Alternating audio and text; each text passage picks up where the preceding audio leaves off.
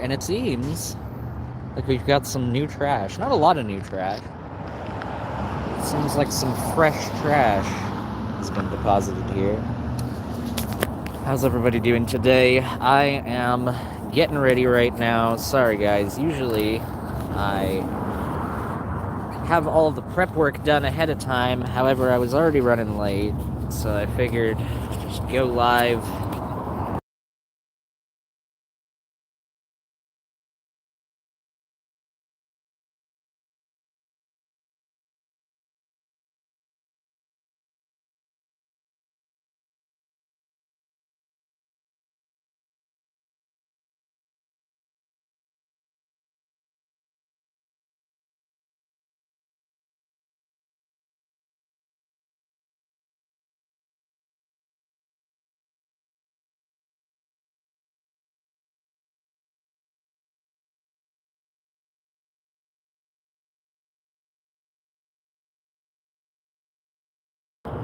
Oh, hold on.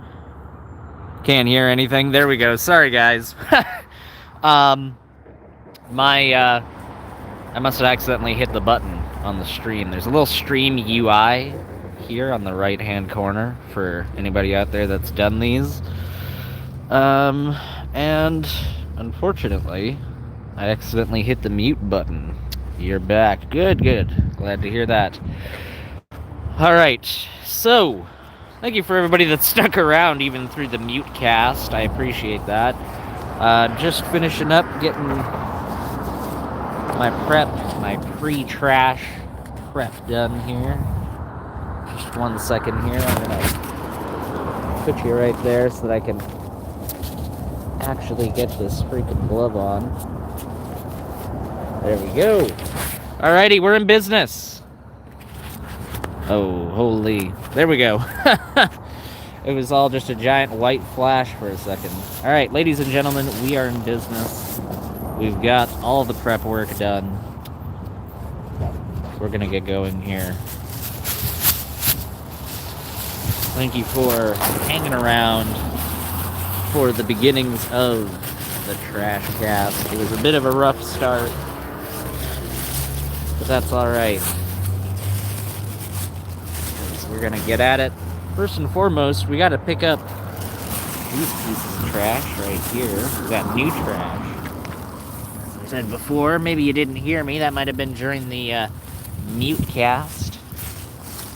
But we've got some fresh trash that's been deposited on the ground here, which tells me that unfortunately this is probably going to be an area I'm going to have to periodically come back to. Now, this is a metal rod. There's no way that I'm going to be able to put that in my bag. Well, you know what? Hold on. It's going to take up a lot of space in my bag. That's my concern. So I think the way I'm going to deal with it is I'm going to put it right here. Somebody please remind me to come back and deal with that later on, alright?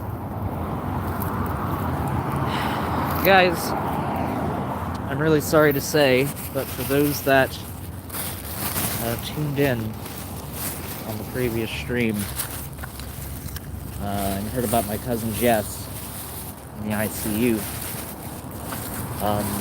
she passed away this morning. So, I'm out here basically for the same reason that I was yesterday. Well, at least the same main reason. It's because if I'm just back at home, languishing in my thoughts on the matter, I tend not to end up in the best place.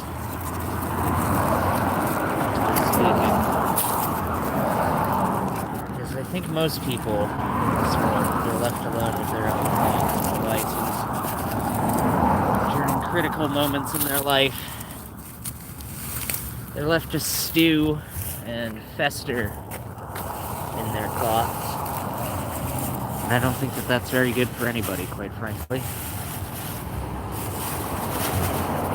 I think it's really a good piece of advice for about 90% of the population. that when you feel like you're spiraling mentally, you don't really have anything to do at home to distract you, you can get out and do something. Because chances are it's either going to be this or going and getting something to drink. Unfortunately, them's the breaks as far as my current state. And it's not easy. Sorry to hear that, Aiden. I'm sorry to hear. My condolences. Thank you, guys. I like to keep busy during trying times too. Helps the spiraling from spiraling out of control. Exactly. It's times like this that you have to kind of take the reins and take control over what you're doing. Because if you don't, and you just kind of give yourself up to despair, then you ultimately, after a sufficient period of time has gone by, you kind of find yourself in a slump. You find yourself almost a slave to routine, where, well, I've sat around for so long already thinking about all this stuff. I've sat around just spiraling mentally for so long as it is. How am I supposed to be able to get out and do something with myself?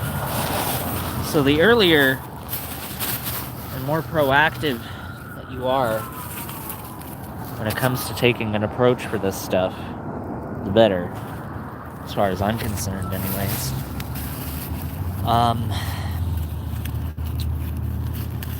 I just can't fathom it. I really can't. For somebody to be so brave, to have had such good spirits going through what she just did already, having gone through physiotherapy, relearning how to walk recently, really taking control of her own life in a way that so many people don't. There's so many people that a tragedy on the level of hers, and I'm not really going to get too much into detail about what happened to her. I'll just say that it was some neurological issues that ended up occurring that made her lose some motor function in parts of her body. There's so many people in this world, unfortunately, where that just becomes their entire identity. You know? They have that tragedy occur, and they're never capable of moving past it. They're never capable... Let's try and get this untangled here. Never really capable of... not bettering themselves. I don't think that's the right term, because I think bettering yourself is kind of a bit of a loaded piece of terminology, given the context. But they can't really move forward with their lives, and she was, in a way that, quite frankly, given what happened to her, was quite mind-blowing and a real source of inspiration. And for this to come right afterwards, and let's face it, take your life. It really boggles the mind and makes one question how the hell there are people out there. I'm not saying that those people are stupid or anything like that. I just can't put myself in the frame of mind of thinking that we live in a world that somehow has this all-loving, all-caring entity overseeing our lives, looking out for us in many ways. I mean, think about it. When good things happen in people's lives, what do they always attribute it to? At least if they're Christian or Muslim or just religious in general. They typically attribute those things to the divine providence of some kind of God. And I just can't help but wonder, why is it when shit like this happens, Why is it when people who are very good, I never knew my cousin to be a cheat or really all that much of a liar or really one to be given into excesses of anything that would be conducive to harming other people? Why, first and foremost, such a tragedy would befall her in the first place, to the point where she can barely walk, and then after overcoming that tragedy, getting struck down immediately afterwards. I mean, I just don't really see how those things are conducive to each other. It's normal to question God, even as a believer. When you're grieving, it's natural to say, why God? Or think what happens proves God doesn't exist, or that he's cruel if he does. Well, you see, that's just the thing. I think it'd be foolish to say that this proves that God doesn't exist. I think that when people take that mentality, say, oh, something happened to me personally, or something happened to a loved one, person that I care about, and that proves that God doesn't exist, well, it's very narrow-minded thinking, because what about all the horrible tragedies that befell everybody else before that person, right? Why is it that your only question, and I'm not saying that as a criticism to anybody out there specifically, this is just my particular way of thinking, and I hope everybody watching understands that. But why is it that under those circumstances, and especially like what I was saying earlier, when good things are happening to you, that's somehow thanks to God. When bad things happen to you and happen to other people, it's somehow not. God. His fault. On the line of thinking that I was going down there, I just don't see how he can be bereft of responsibility on one hand and also responsible for everything on the other, especially when one of the biggest arguments that you typically see made during these discussions would be something along the line of, well, God is able to dictate what is right and wrong because he has ultimate authority over everything. He's in control. That's what allows him to dictate what morality, what right and wrong is. But when you press those same people, so often I find that what they'll eventually say is, well, the world is actually ruled by Satan. This world right here that we're living in, that's ruled by Satan. But don't you worry, because the God of the Bible, he's still in control at the end of the day.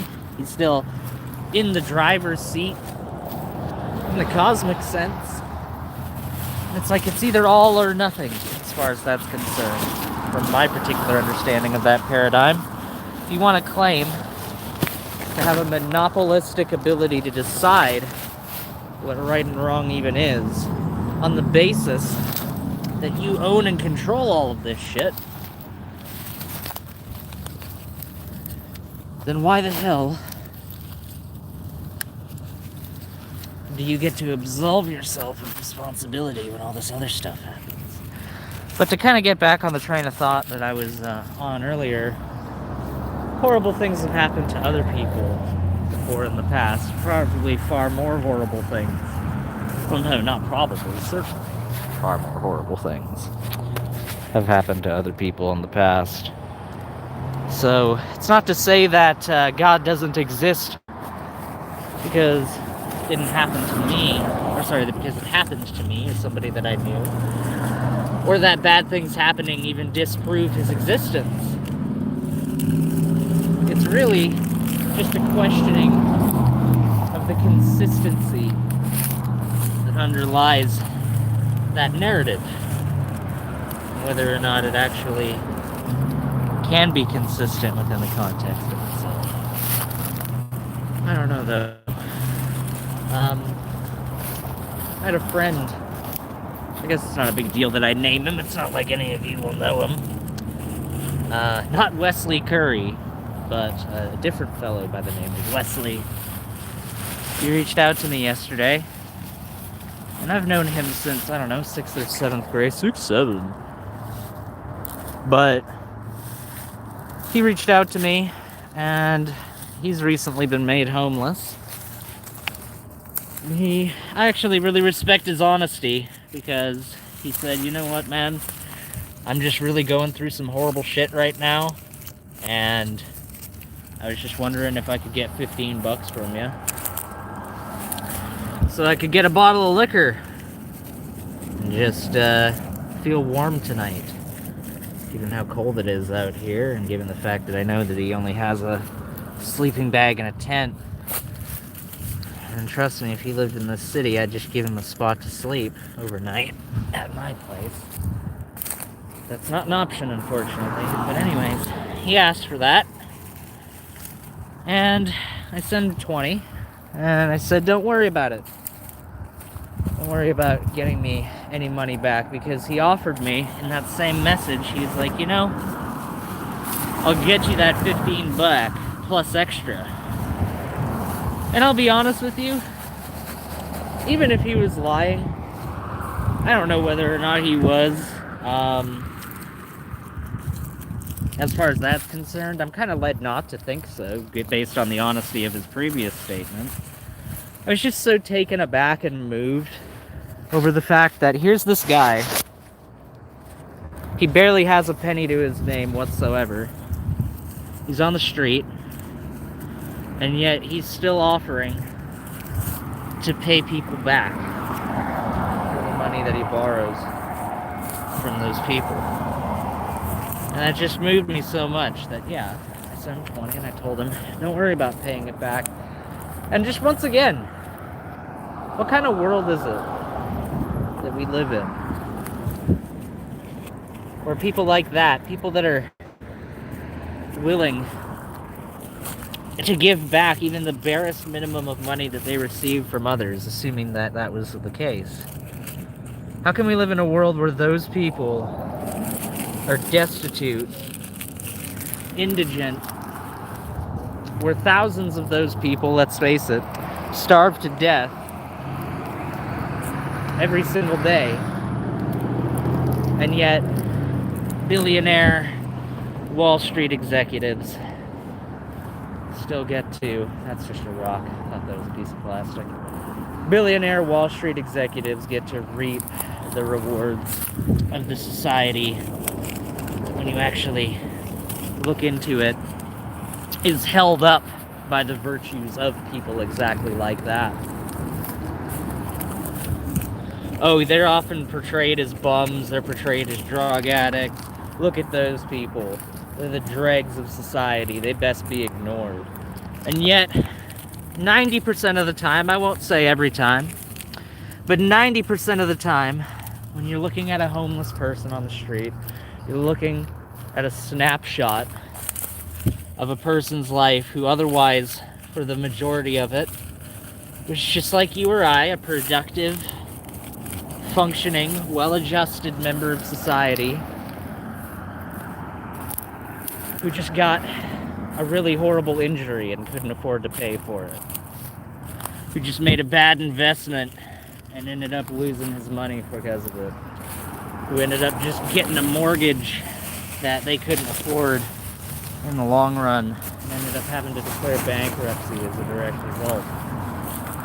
That's the case the vast majority of the time when you look at those quote-unquote dregs of society. And I think that people don't realize that they could just as well end up like those people that they're seeing.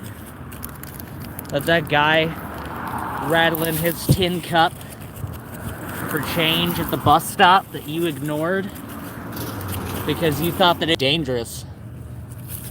That could be you in just a few months from now. Because let's face it, the vast majority of people, unless you're of means, do not have a lot of money in their savings accounts. They don't have a lot of money to their name, period. So let's just say you're living in the States right now and you're watching this, and you get into an auto wreck, and you don't have the money to pay for it. As far as the bills for the medical expenses, person that hit you doesn't have insurance, which is unfortunately all too often the case, even though it's illegal to not have insurance, because once again, people don't have the money to be able to pay for it. But you're down and out. You have to shoulder all those expenses yourself with minimal to no debt forgiveness. And next thing you know, you, person watching me right now, is the person that's sitting there, if you're lucky, with a tent and a sleeping bag, rattling your tin cup for change, because guess what? We live in an age right now where 90% plus of all the businesses that you can go to in order to apply for a job, if you're homeless, you think you have an internet connection at the fucking tent that you're sleeping at every single month? Think you have an internet connection? Maybe, just maybe, if you're lucky, you got into a homeless shelter. I'm sure the Wi-Fi there, if they have it, is just fucking stellar. Absolutely fantastic. But anyways, all of these jobs have online applications. You can't go into a business anymore with a resume and just hand it off to the manager and say, hey, could you give this a look and maybe get back to me in a couple days? That doesn't exist anymore. That's dead. And I don't think it's fucking coincidental that that is dead as a method. Yeah, there's obviously the argument that, oh, it's easier on the businesses because now they don't actually have to have a physical paper trail when they're dealing with people. But I think at the same time, there's almost a quasi-conspiracy to prevent people that fall to the bottom of society clawing their way back up from that destitution. I think it's intentionally been made difficult for them. Because let's face it, how much extra effort would it really take to just have a fucking section on the managerial desk dedicated to a pile of resumes that the fucking manager looks at every fucking once in a blue moon? Or HR looks at, or whoever the fucking company has in order to specifically hire people.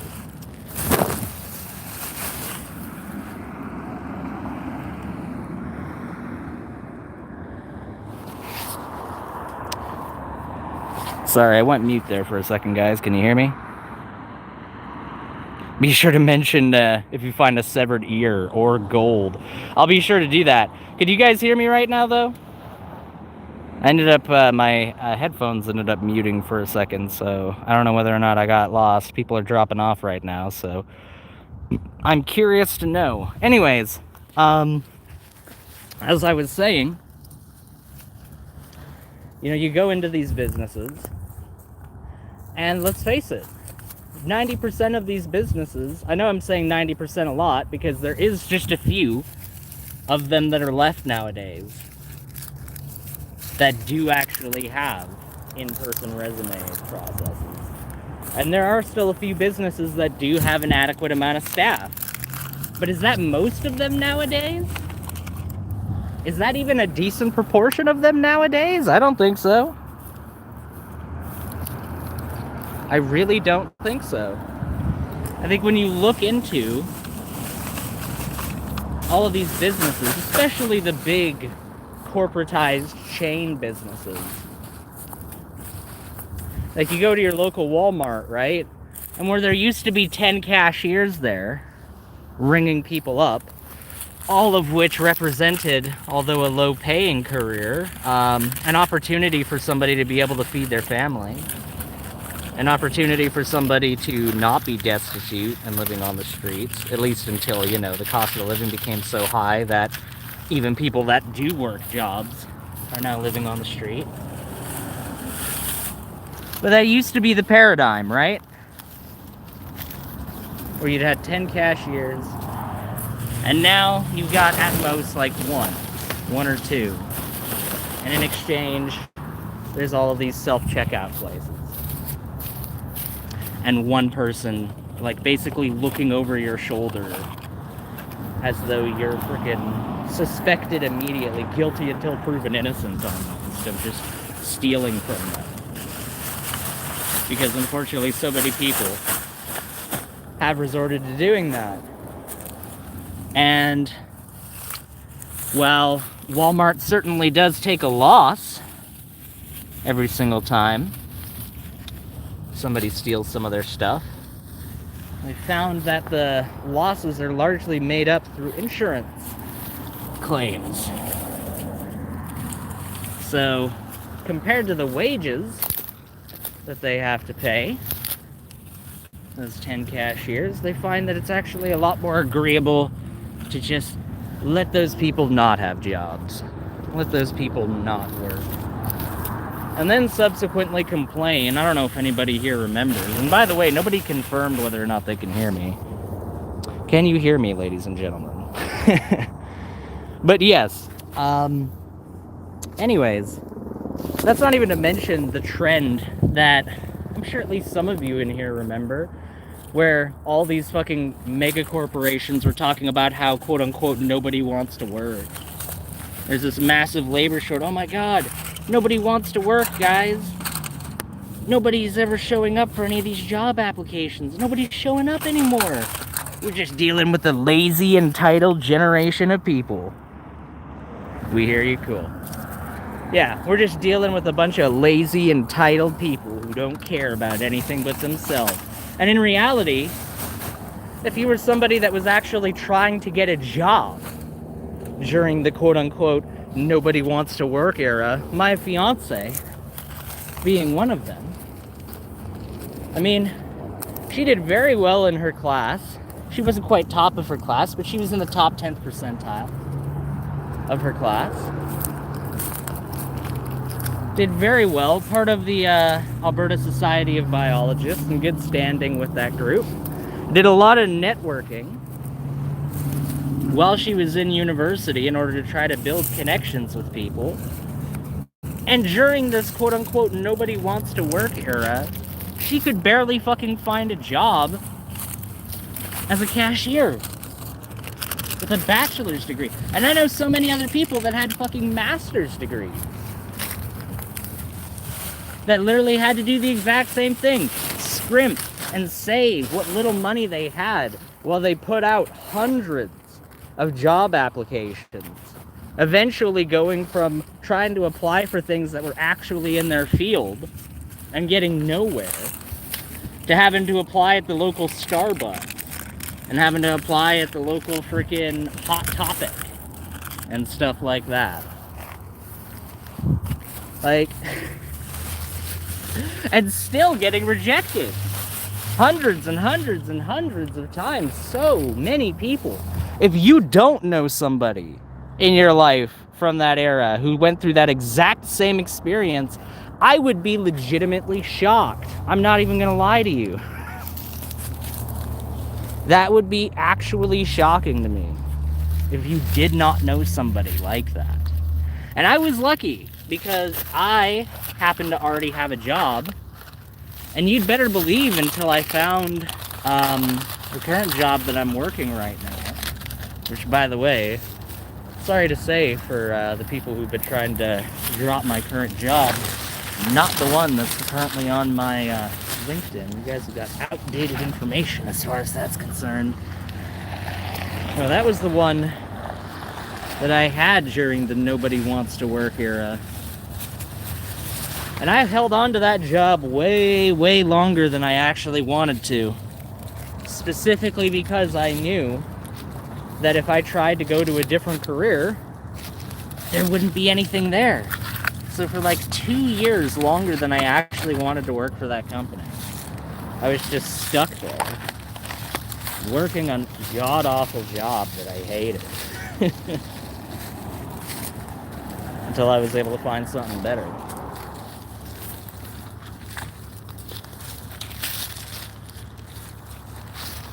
Alright, ladies and gentlemen, we are making decent progress here as far as the trash is concerned. Let's take a look at some of these comments. I've been kind of neglectful of my chat. Sorry about that, folks. Let's check here. Reach out to us if you need anything. Thank you, Steven. I appreciate that very much. I appreciate that very much. Boo, feed your family. Boo, PhD is the new trend. Yeah, right? Aiden, I totally agree. I have 10 plus years of tech support experience and had to take a job at a hotel as a front desk clerk. It's humbling. The world economy is done. RIP job market. Yeah. And you know what the crazy thing is? You'll probably call me an idiot for doing this. And I mean, like, fair enough to a certain extent. I'm going to be going into university here. Because I tried doing university as far as a business degree a couple of years back, and I lasted it out for about a year. I did the course for about a year. I think I did 2 semesters at business, and I was doing very well. Like, I think it was an 87 on my midterm. So I was doing quite well. I was getting the material down, and I was writing really good papers. I did a really good one on bricks that I might actually turn into a show at some point with a bit more updated information than the paper that I wrote on bricks. That'd be BRICS. Not the construction materials. It's the International Economic Conglomerate. But anyways, I did that for about a year, and I hated it, guys. I hated it. Because when you are doing a business course and you're reading your textbook and it's got all these nice flashy graphics on it, and it's got all these statistics, and it's got all these things that you've got to memorize, when you actually like take a second and dig into the subtext of what those people are talking about in those textbooks, they're basically just giving you a guide on how to exploit as many people as possible for the least cost towards yourself. I mean, like, well, that might be pretty obvious on the face of it as far as, well, yeah, Aiden, that's how business is done. When you really start taking a peek behind the curtain at how it's done, it's sickening. It really is. It's sickening stuff. And I hated it. So I left that behind. And in fall of this year, I'm going to be pursuing a history degree. And hey, maybe it won't get me anywhere. Maybe it's a bad choice. Maybe it'll put me in a whole bunch of debt for no reason. But you know what? I'm at a stage in my life right now where I've got to try my best toward pursuing the path that I want in life. I want to pursue history as a profession because I've always enjoyed it much more than any other possible profession. Even my capacity in the museum. Not getting paid a dime, I've gotten 100,000 times more fulfillment off of the most boring day of the military museum than I do on my best days getting paid to do these other jobs that I've been doing. So I've got to try my best. And if I try my best and I fail, and I don't get anywhere and I end up in a mountain of debt, is that gonna suck? Oh yeah, like a lot. Especially being somebody who's been so terrified of death as myself.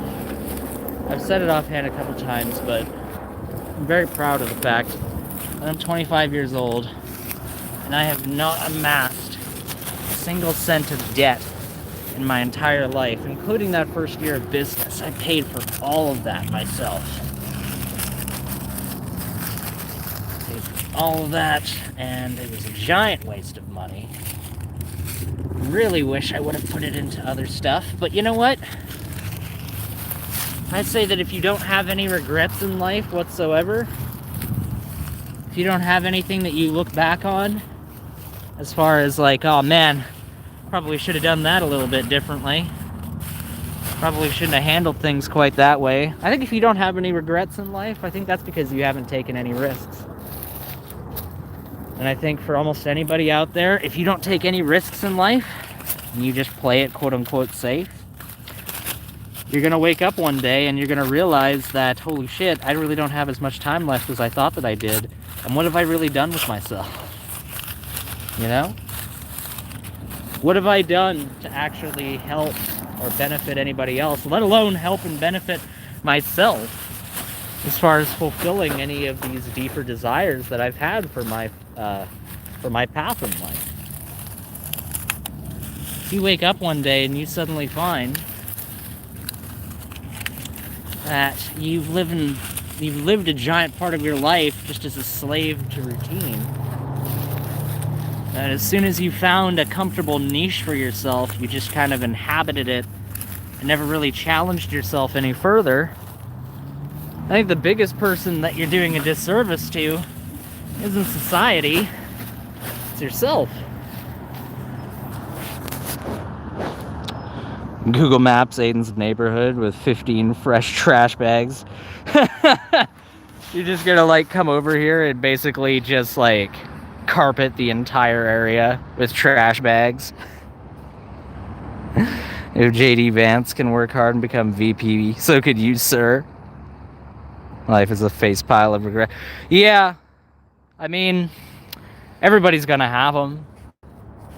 Everybody has regrets. I don't care if you're the most successful business magnate who did basically everything right in life. You're still gonna have fucked up somewhere in life. So I guess everybody has some level of regret somewhere. But what do you regret? What are the things you regret? Because there's a fundamental difference between I regret having not taken that career path compared to I regret having not gotten, I don't know, the double frappuccino compared to the regular one at the Starbucks, you know? It's on a gradient. And I think that a good litmus test of how not just risky, because a risky life in of itself is not a good one either. You know, a chronic gambling addict, I wouldn't necessarily say has fulfilled an especially full life because they took a bunch of risk in that regard. It's a question of what you decided to risk. Who you affected over the course of that risk-taking. And whether or not that risk was actually going to potentially improve your life in a meaningful and tangible way. Because I don't necessarily consider hitting the jackpot at gambling to be a net benefit in your life if you're a gambling addict, right? Because if you don't have any responsible way of spending that money, all it's going to be is a giant albatross around your neck the second that you get a taste for high stakes gambling. You know, you start doing 5,000, 10,000 hands of baccarat, and next thing you know, not only are you horribly in debt now you're in debt to people that instead of taking away your house, they'll take your kneecaps. You know, it's all contextual. It's all contextual. Let's see. Got some new comments here in the chat. Let's read them. Gotta say, losing an election, going to jail, getting shot, going to court, still winning is pretty hilarious. Yeah. It's a pretty wild series of events, that's for sure. I mean, that's pretty undeniable. Oh wow, 6 viewers, 9 likes, nice. Sorry, was away. Hello, Robin, Steven, and the rest. Here on Aiden's Island. You think I got an island? If this is my island, this would probably be about the level of island that I'd be capable of affording, ladies and gentlemen. Like, just putting that out there, this is probably about the level that I would be able to afford, so. If indeed I had island money. I'm an island boy. I'm an island boy.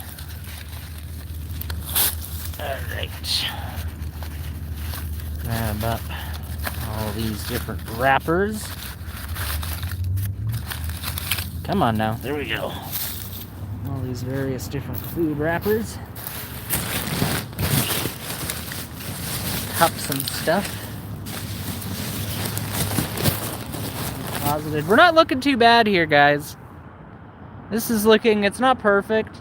There's still a couple of miscellaneous pieces here and there. It's pretty good. There are worse islands to have owned. Yeah. Yeah.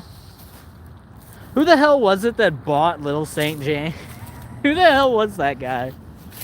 It's like, why though? You know what? You know what? I say that, but upon a little bit of thought, maybe there was a really good deal on that island. Maybe there was a real steep discount. It's kind of like when you buy a house that like a well-known murder has taken place at, except like hundreds of those, and then also like a whole bunch of other really horrible crimes as well. You get a real steep discount on that. It's like, yeah, but at the same time, horrible things happen there. You just want to chill out on the spot where like one of the worst ever sex trafficking crimes in history took place because you got a bit of a discount. I mean, different priorities, I suppose. Different priorities.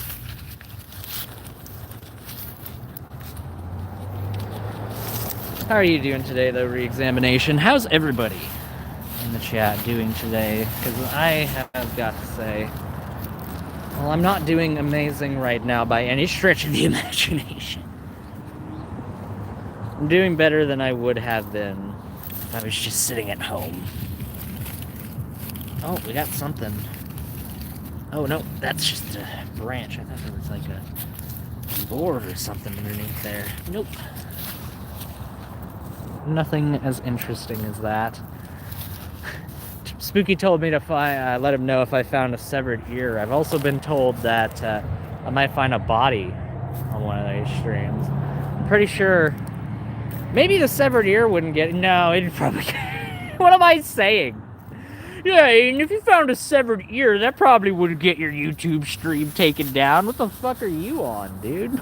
Yes, it would.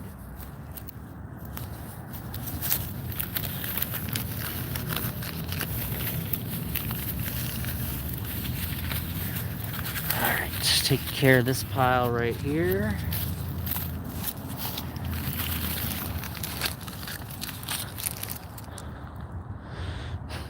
Doing okay in Chicagoland where the pizza lives. Oh, right. Yeah, you're over up in Chicago. Examination. Forgot about that.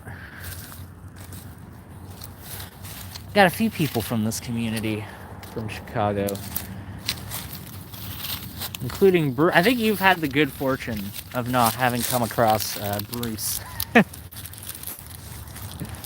Because there's no other way of putting it except saying that you are one fortunate soul for having not crossed paths with that individual. Maybe you have, and I just don't know about it. It's a distinct possibility. Anyways, though, back to focusing on the problem at hand, that problem being absolute metric shit ton of garbage in this area. Just gonna kind of do a general sweep right now, if anything, because it gets me moving around a little bit more, which is good, because I've been pretty stationary, just kind of walking maybe 2 or 3 steps back and forth back to the bag, walking around a little bit. Probably good. Ooh, this is a biggin. Oh boy, this is a biggin. Oh, it's tearing. Let's see. Alrighty, there we go. That was quite embedded in the ground right there, ladies and gentlemen, I must say. Get that back to the bag. Aiden Linden in this in the severed ear forest of Japan. That's right. Hello, ladies and gentlemen. You're tuning in to NPR, and today, Aiden Linden is going to take a magical journey through the severed ear forest of Japan.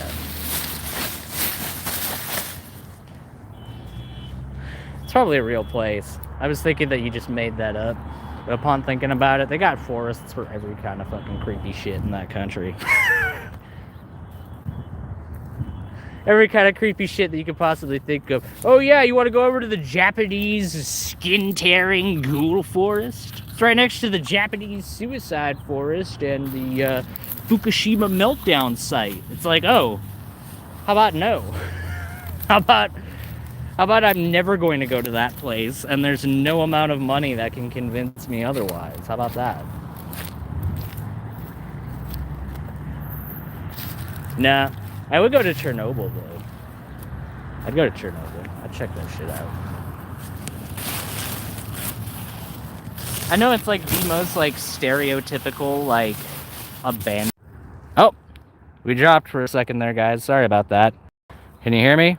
I think I'm live again. Anyways, as I was saying before, if you lived in an even semi-urban setting as a child, you knew of a few abandoned houses in your neighborhood. And I would always go and check those places out as a kid.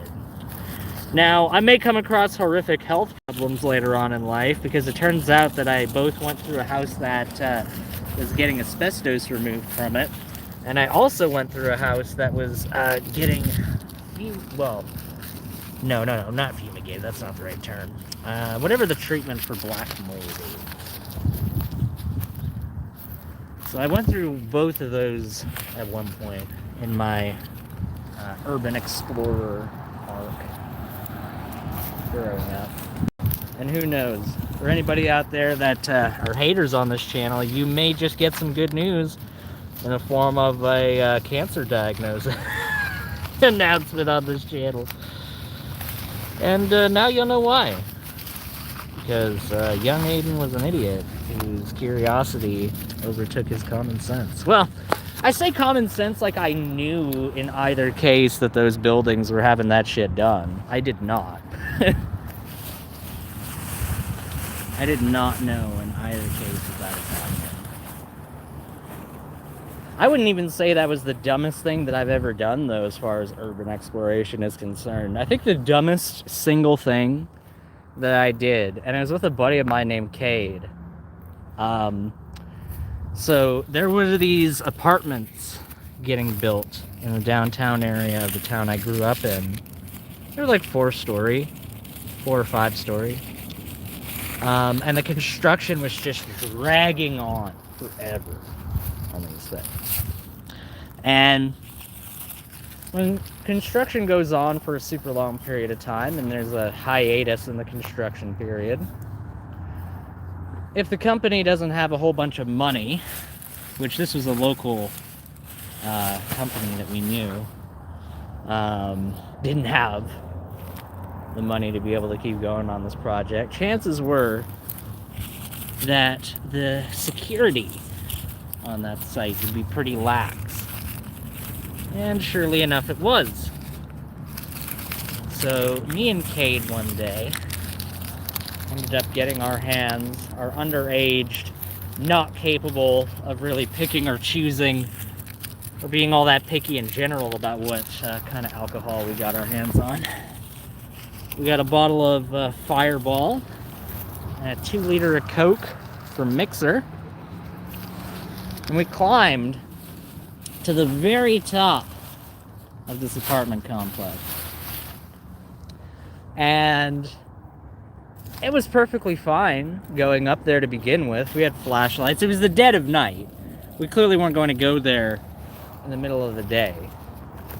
But it was fine. We had our flashlights. There wasn't any railings on the stairs or anything like that yet. They were just basically exposed. But getting up was easy. Having finished the bottle and hung out with Cade and a couple other people that ended up coming to the event. Forget their names. I think Kate was there. Yeah, I think Kate was there. Kate and Cade. I don't know why they never became a couple.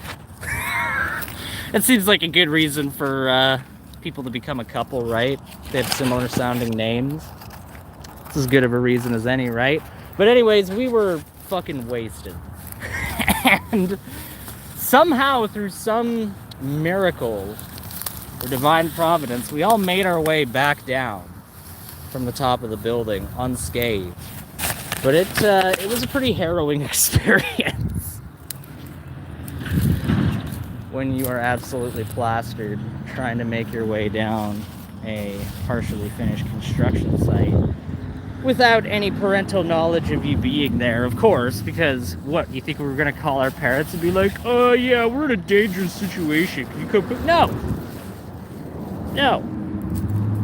So if one of us got hurt, it wouldn't have been good. It wouldn't have been good. Kate and Cade. Totally not aliases. No! No, you know what? You can look them up, because I don't even think that they have social media. So, Cade was Caden Maxwell Bezrecki. And then we have Kate Kosh is her name. I recently found out that Kosh is German for cook. So that was an interesting fact that I found out. So she's probably from a German family. No, I haven't talked to her forever. Jeez.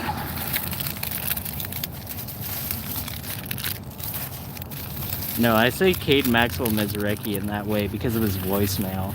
He has this voicemail that he refuses to change to this day. And we just endlessly make fun of him for it. Because you call him, and it'll be like, you have reached Caden Maxwell Mezrecki. And then it'll just be like a minute of straight silence before it cuts to voicemail. And it's like, change your voicemail, dude. It takes 2 seconds. It takes 2 seconds. No, we got a photograph of him. His brother Dayton ended up getting a photo of him later that night when he got home. And it's like the penultimate, like, embarrassing photo that you don't want getting out kind of photo. He's literally laying there, and he's thrown up over the side of his bed, and one of his feet are just in this, like, pool of vomit. Really not the kind of photo that you want getting out there. Oh, he gave us so much shit for that today. Did you just delete that photo? You delete that photo? Get that fucking photo off your phone, dude. I don't want that shit getting out. Well, guess what? I'm now not only have I dropped your docs, Cade, I'm sure everybody out there is just fascinated to know all about you. But now I've also revealed the fact that you embarrassingly threw up over the side of your bed once you got home. I wonder if that photo still exists. I mean, like, we all told him that we deleted it, but we didn't. I'm sure Dayton probably still has that photo somewhere on his phone. Good times. Good times. Simpler times, really.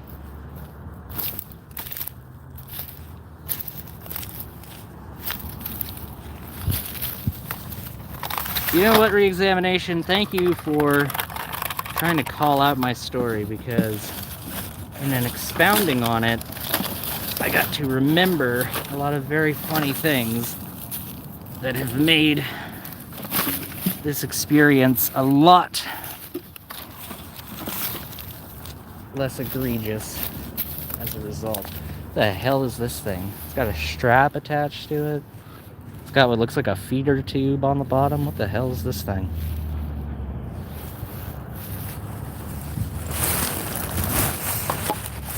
Now, if I wanted to make up a story, I would make up a story a lot more bombastic than that, bro. If I wanted to make up a story, I'd come up with some crazy shit. I've done some pretty fun stuff in my time.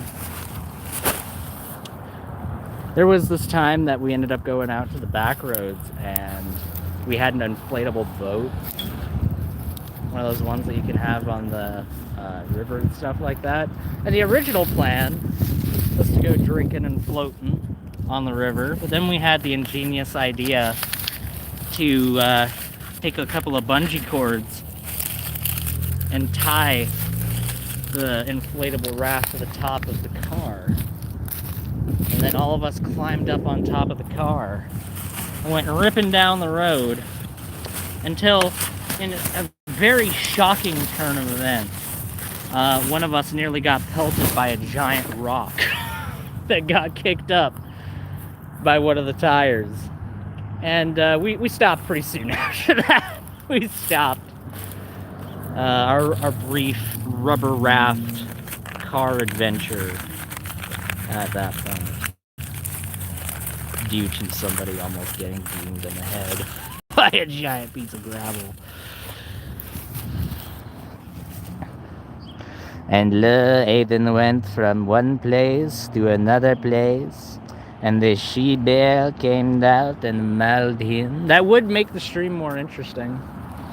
I must admit, if a she-bear, if Second Kings just happened in real time right now, you know, if some bald guy came by me right now and I was like, haha, Baldy, you're bald, and he was like, fuck that shit, and he sent a whole bunch of she-bears to maul me to death, it would probably get some views. What a way to go out as well.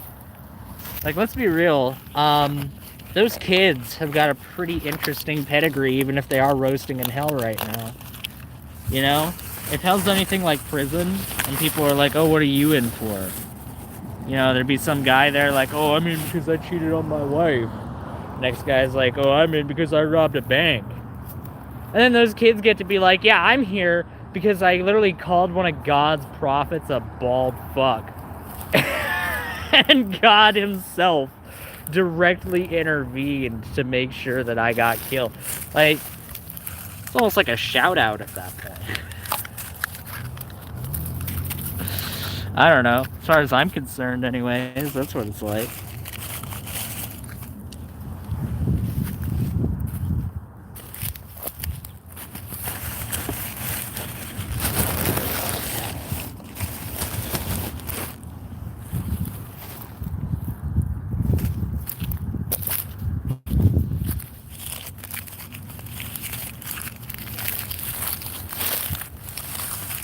Yeah, I'm not going to claim that I had the most interesting upbringing in the world, because I didn't.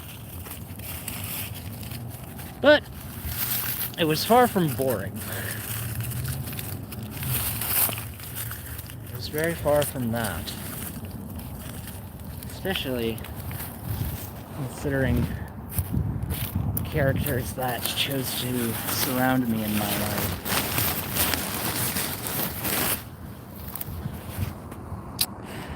Better to be mauled by a she-bear than be bummed by a he-bear. That's it's very true, Claude. That is very true.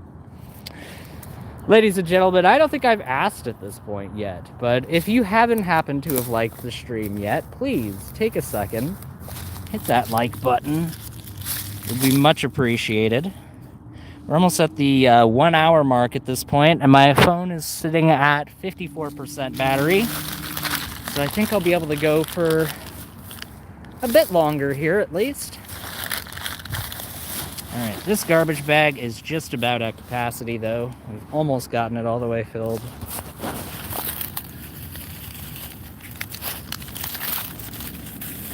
Yeah, I'm definitely glad that I came back here, because the idea that I almost got this cleared out, clearly I did not investigate this section yesterday, because this is very, very far from being completely cleared out at this point in time. Alright, let's get that. Whoop, almost tripped on a branch there, but I didn't. Got to wake up pretty freaking early.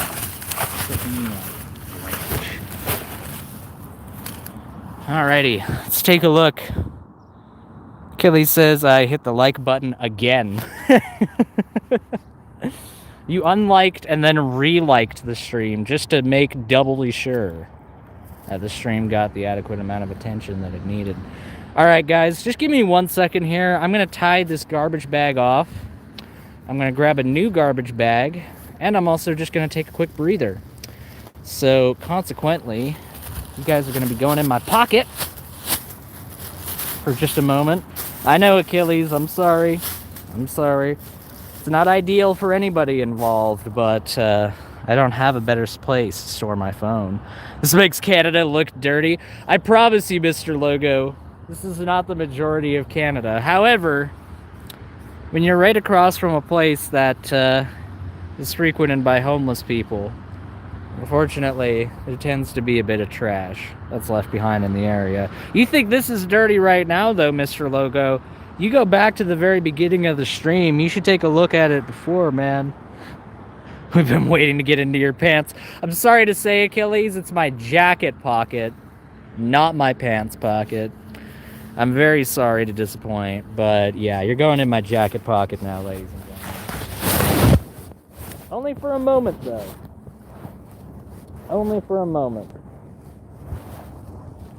Because I've got to get this bag tied off, otherwise it is going to spill over and undo all of the work that I just did, which would really suck.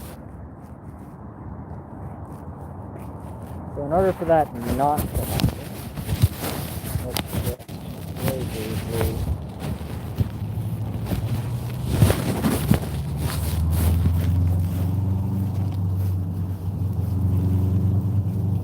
get this tied off here. Thank you, by the way, for everybody that has been hanging out with me on this stream. It's been a good one. I'm not right next to when I'm scheduled for work today either, so I'm gonna have a fair bit more time compared to before as well, which is nice.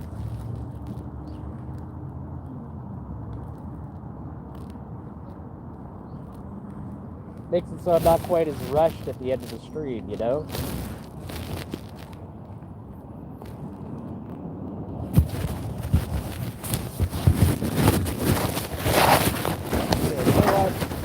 While I am having this break, I may as well take you out of my pocket again. Oh, we want the pants. Sorry, Mr. Logo. Sorry to disappoint, but the pants are not happening, my friend. Oh, cozy here in your jacket. It's very warm, isn't it? It's surprisingly warm, even though it's quite a thin jacket. It provides way more insulation than you would expect. So, I'm not surprised you would say that. No, I wore this thing over to England when I went over and visited the UK a couple of years back. And let me tell you, those North Atlantic winds are no joke. They are no joke whatsoever. So, having this thing was a lifesaver out there. And if this thing can stand up to the North Atlantic, it can stand up to the winds out here. I'm sure you're familiar with it, Mr. Logo, being a European yourself and being fairly well-traveled from what I understand as well. I'm sure you've experienced the tumult of the North Sea firsthand. Anyways, I'm just about finished up with my break here. Got this bag tied off over here. We're going to be carrying on with our trash collecting journey. Not too much left over here at this point, though, guys. Not really too much left at all. Once we get this cleaned up, we're probably going to have enough battery life to be able to make our way over to the other spot that I know has got a bit of trash at it and get that taken care of as well. So let me finish up this all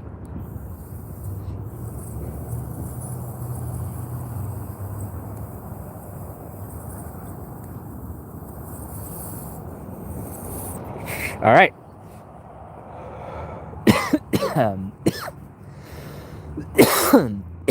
Back to it. Grab the glove. Hope that the glove will cooperate properly. Back in my pocket very briefly. Very briefly. But don't worry, like Mr. Logo said, cozy. Nice and cozy. Alrighty. Glove does not want to cooperate, so I'm going to have to re-glove both of them one at a time. Thank you so much. Shout out to the pair of gloves.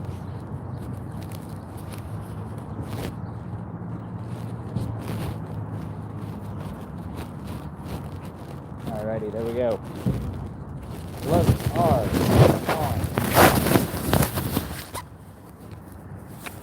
Oh, hold on. We're back. We're back! The stream is still here, guys. The stream is alive. Don't worry. We have not ended quite yet. However, I am going to check. I'm going to check my battery real quick. 49%. Alrighty. So we've still got a bit of life here. Still got time. Ouch! Ouch, that was a prickle thorn right there. Sorry, prickle bush. Dang prickle bushes.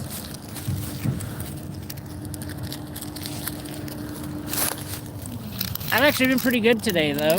It's the first time I got pricked, and I've been here for a little over an hour at this point. So, not too bad if I do say so myself.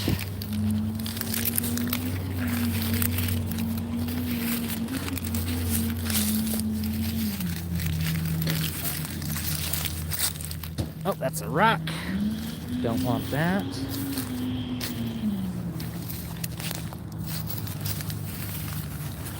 Here we go. Making progress. Get this in the trash bag. Get it sifted to the bottom of the trash bag so it doesn't immediately blow back out of the bag.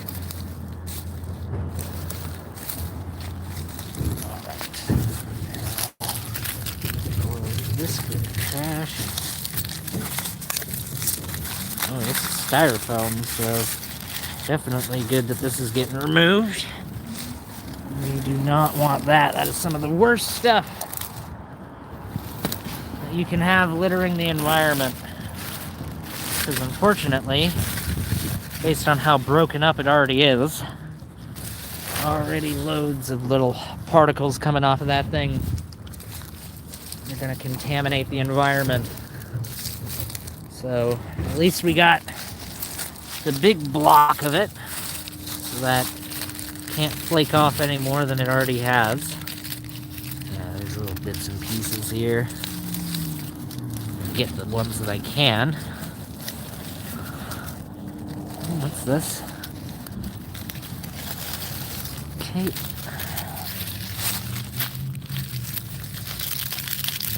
Appears to be some kind of glove.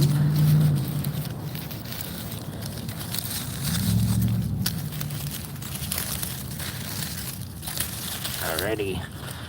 That is just about everything out of that little crevasse. Right there. There's the opening. Other side of the bag, Aiden. Other side of the bag. You see, Grayson, which by the way, Phantom, shout out to Phantom X11. I haven't seen him on the stream yet. He's probably just busy today.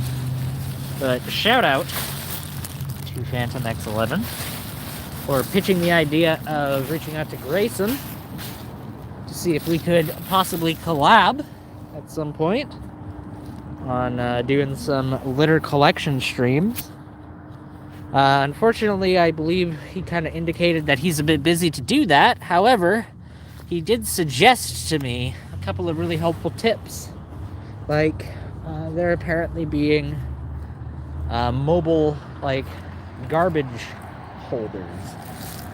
They're actually even better than, like, the stand-up thing that I was alluding to the other day, where you just stand it up and it holds the thing open. No, there's, like, a clip that you can put around the edge of a garbage bag that will apparently just hold it open like that. So that would possibly be even better than the thing that I was talking about on the previous stream. I'll have to look into both of them, see what the price point is looking at for both of those things, and budget accordingly. A really expensive thing would be to get like a GoPro. So I think the cheap solution to not having to worry about that would be to get some kind of like, almost like a chest rig that I could rig my phone into. And that way, if I've got something that I can have my phone occupied, then I don't have to worry about only being one-handed while I deal with this trash. Let's get this off of that branch and get it folded up. Unfortunately, things like this danger tape here, this ribbon, it's far from the first one that I've seen over here. A lot of construction sites will just leave a lot of their shit behind rather than properly cleaning up, because there is an unfortunate lack of oversight on the environmental degradation a lot of these construction sites will cause. And it's not just environmental degradation, they'll come in and fuck up the local infrastructure too. They'll drive their super heavy fucking construction vehicles on top of the sidewalk and crush it to shit. And we're lucky if half the time they'll actually come back, fix the sidewalk. The other half is just left. Oh boy. I'm not sure what that is, but it's one of our first glass items that we have found. So I want to be a little careful around here.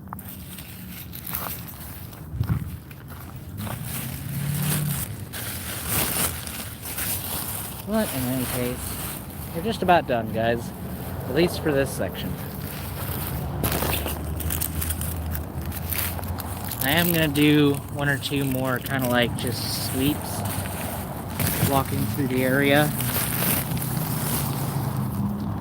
in order to kind of like just give a general assessment. Oh, that's a rock. This. Now it's time for Is It a Rock or Isn't It a Rock with Aiden. Only the finest game show in town. Get all of the branches off of it.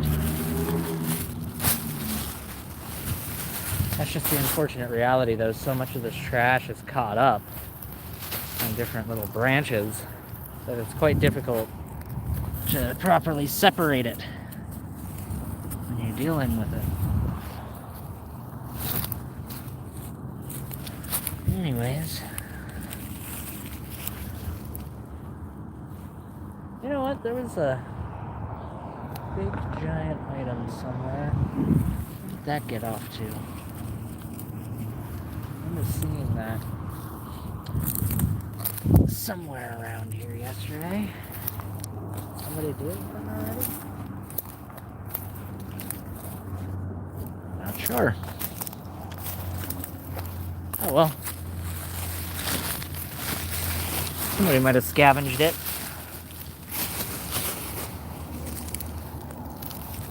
Because that's the thing. If I ever find trash that I think is actually usable to any degree, I do try to leave that behind. Because homeless people will certainly appreciate the idea of being able to repurpose some of the stuff, like that wheel and axle that I found before. As long as you know what you're doing, it doesn't take a hell of a lot to jerry-rig that onto a cart. You don't necessarily need to weld it on there. Now you're going to have to periodically make sure it's properly fastened if you don't weld it. But some of the stuff that I've seen homeless people jerry-rig together is quite impressive. It's quite impressive indeed. It's almost like they are people like you and me with creative potential that instead of being used to better the world by making art or challenging people intellectually is instead being used to devise how they are going to eat their next meal. And that's one of the biggest tragedies of poverty on the human condition when you really think about it. Even just from a utilitarian standpoint, right? Because how many geniuses, how many Albert Einsteins do you think existed that were just dirt fuck poor throughout human history and just never had the opportunity to be able to apply themselves? Because even Einstein, when you look into his story, as a patent clerk, he had just gone the way that his life was kind of looking it was going to go. Even he wouldn't have had the opportunity to express his genius. So I think one of the biggest tragedies of poverty is that it limits people's potential inherently. It causes people to shift their focus away from things that can actually benefit swathes of humanity, and instead refocuses it on how they can benefit themselves in order to just be able to survive.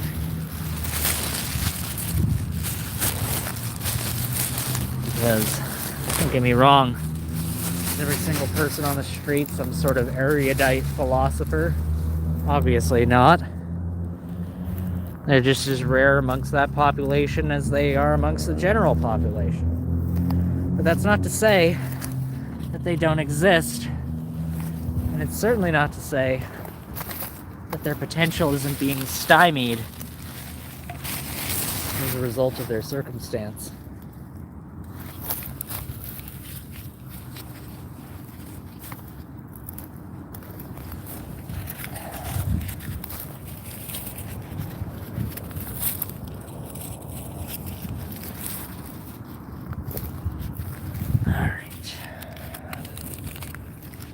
Home stretch here on this section, guys. Thank you so much to everybody who has been sticking around through the entire thing. New interactive game challenge. Pick the microplastics. Grayson is in Canada. No, he is not in Canada. I think he told me that he's in Honduras or Guatemala or something like that. I think.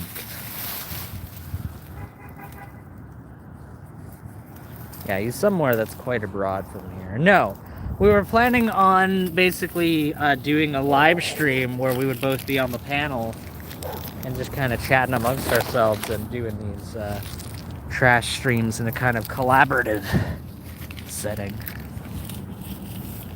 As far as that's concerned, there's even a couple things being floated about doing it as like a charity stream, putting like donation link there to benefit some sort of environmental cause, which I am all for. I think that's a great idea.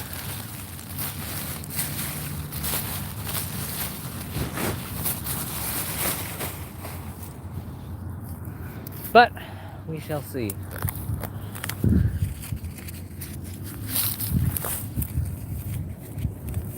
All of these little fibers here. Can't get all of them, but let's get most of them.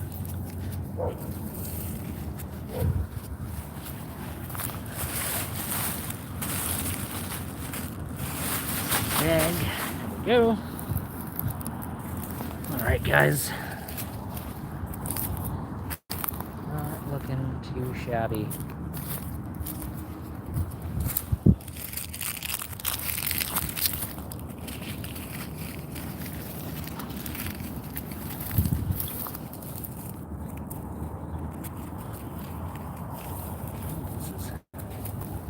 Stuck in the ground. There we go. What's this? This might have been part of a like designated barrier or something like that. It's got a layer of paint on top of it. Neat.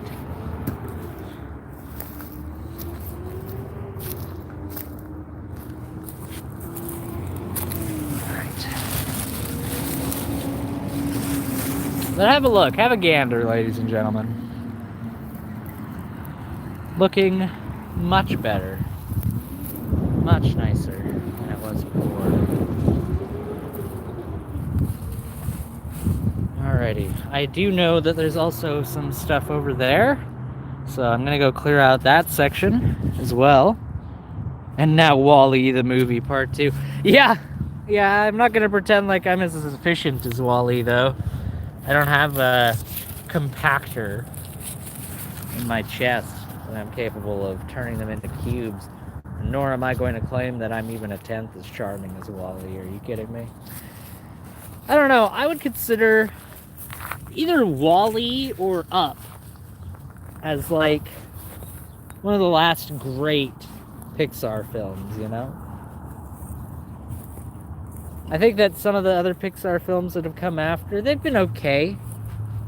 But ever since they got bought up and acquired by Disney, which yes, happened before those movies, but I think it wasn't until those movies, and specifically Up, I think, while having a really good message, I think that one of the problems with Up is that the opening of the movie was so emotionally effective. It was such a gut punch that it's probably Pixar's most iconic, like, single scene they've ever produced. And unfortunately, I think because it was so successful, they've kind of written a lot of their movies post that to be centered around that, like, big emotional moment. Right? Now every single Pixar movie needs to have its equivalent of that scene. And don't get me wrong, there were emotional moments, obviously, in previous Pixar movies. But I feel like the themes in a lot of their earlier movies were a lot more mature as well. Like, think about, like, The Incredibles, for example, right? Like, hold up.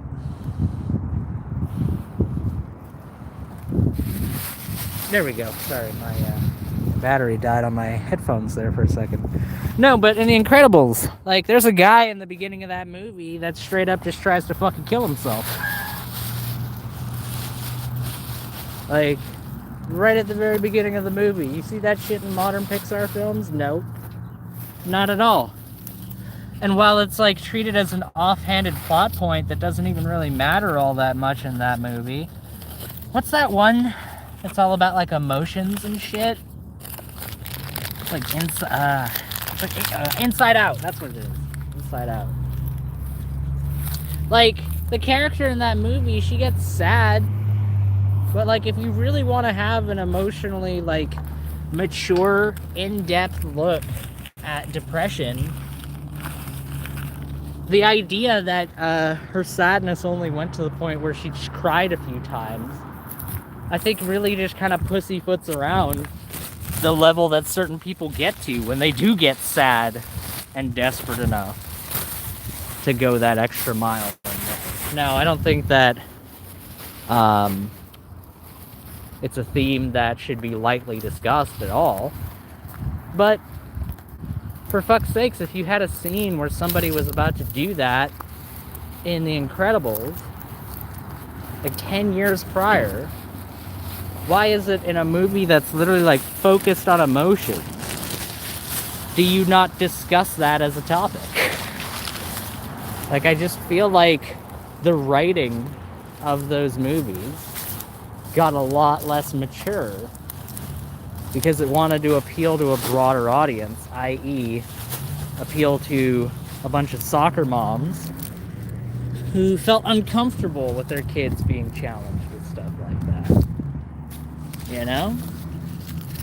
And the reason why I have such a strong opinion about that is because, well, I don't really care about Inside Out or any of the more, like, modern Pixar films. I grew up with movies like Toy Story and The Incredibles and stuff like that. And I appreciate the fact. All right, I think we're back at this point. I've I dropped a couple of times already, but I'm just going to append this to the very end of the live stream. I'm back home now. I didn't expect my phone to die there, and quite frankly, it didn't just kind of die. It just randomly started updating. I thought that I had my phone set to only update when I manually tell it to, but that's modern technology for you, ladies and gentlemen. What can you do? Anyways, thank you very much to everybody that has tuned into the stream. It's been much appreciated. And with that being said, take care, guys, and have a good one.